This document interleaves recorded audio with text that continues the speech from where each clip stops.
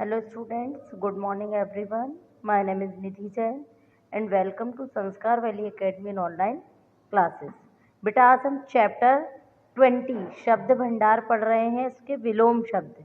विलोम शब्द क्या होता है? एक दूसरे का विपरीत अर्थ देने वाले शब्दों को या उल्टा अर्थ देने वाले शब्दों को विलोम शब्द या विपरीतार्थी शब्द कहते हैं। ठीक है, इसमें हमने जो पहले लिखे थे 25 तक आपके ऐसे 1 में आ चुके थे। अब हम FA3 के लिए देख रहे हैं 26 to 50। देखिए, अमृत का क्या होता है बेटा? विष। अधिक का न्यून या अल्प, इसको कम भी कह सकते हैं।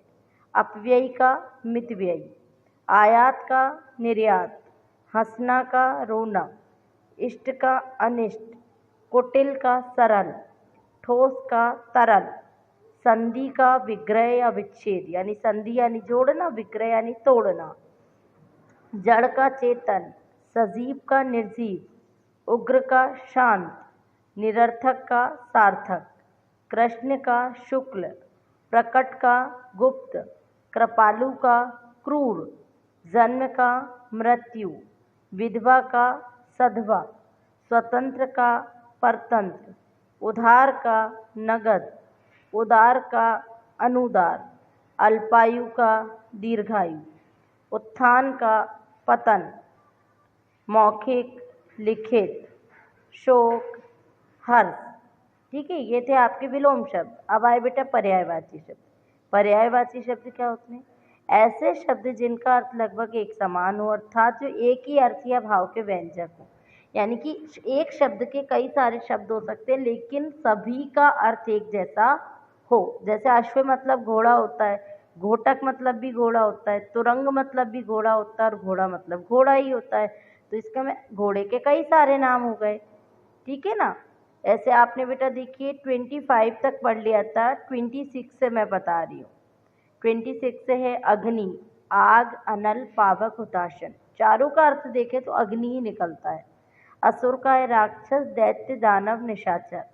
आँख का चक्षु, नेत्र, नयन, लोचन। इच्छा का है अभिलाषा, लालसा, कामना, चाह। सोना का है कंचन, हेम, कनक, स्वर्ण। गंगा का मंदाकिनी, भागीरथी, सुरसरी, देवनदी। चांदनी का है कौमुदी, ज्योत्सना, चंद्रिका, अमृत तरंगिणी। तीर का है शर, बाण, शायक, सिलीमुख। दिन का है बार, दिवस, वासर, अहन। धैर्य का है धीरज, सब्र, संतोष, धीरता।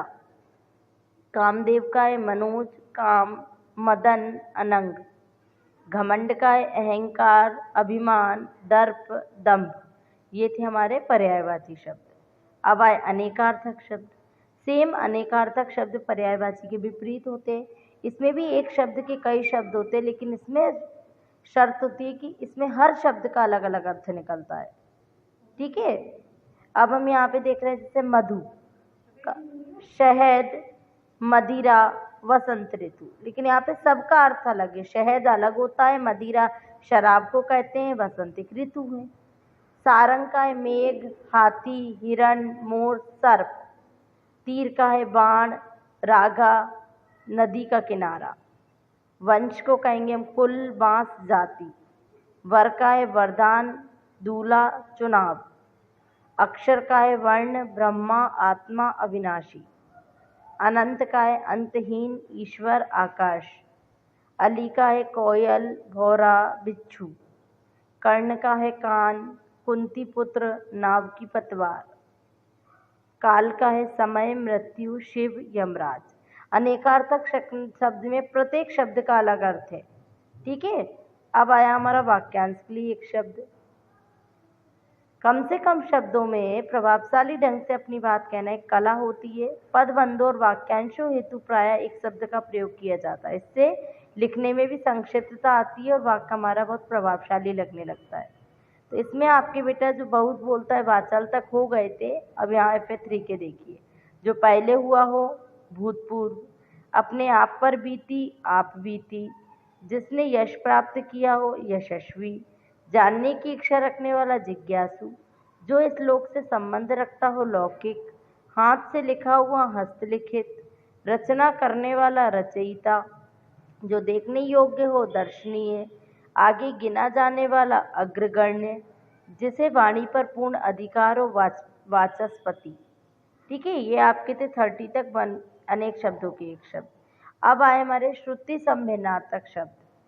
ऐसे शब्द जो पढ़ने व सुनने में तो एक जैसे होते हैं पर उनके अर्थ में भिन्नता होती है, यानी थोड़ा सा ही शब्द वर्ण का अंतर हो जाए या मात्रा का अंतर हो जाए तो शब्द का अर्थ बदल जाता है।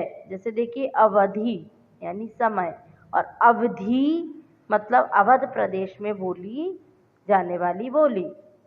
असमान यानी जो बराबर ना हो। आसमान मतलब आकाश। गुर मतलब उपाय, गुरु मतलब शिक्षक, अली मतलब सखी और अली मतलब भौरा। अपेक्षा मतलब आशा, उपेक्षा मतलब निरादर। इस तरह हमारा बिल्कुल हल्का सा अंतर, एक मात्रा का अंतर हो गया, किसी में छोटी की मात्रा का हो गया, किसी में बड़े आ की मात्रा का हो गया, और हमारा क्या हुआ, किसी में वर्ण का अंतर हो गया, तो उससे हमारा पूरा अर्थ बदल गया। आपको समझ आ गया बेटा? इसको नोट डाउन कर लीजिए फेयर में, या FA3 में आना है आपको, इसे कंप्लीट लर्न भी कर लीजिए। ओके बाय बेटा।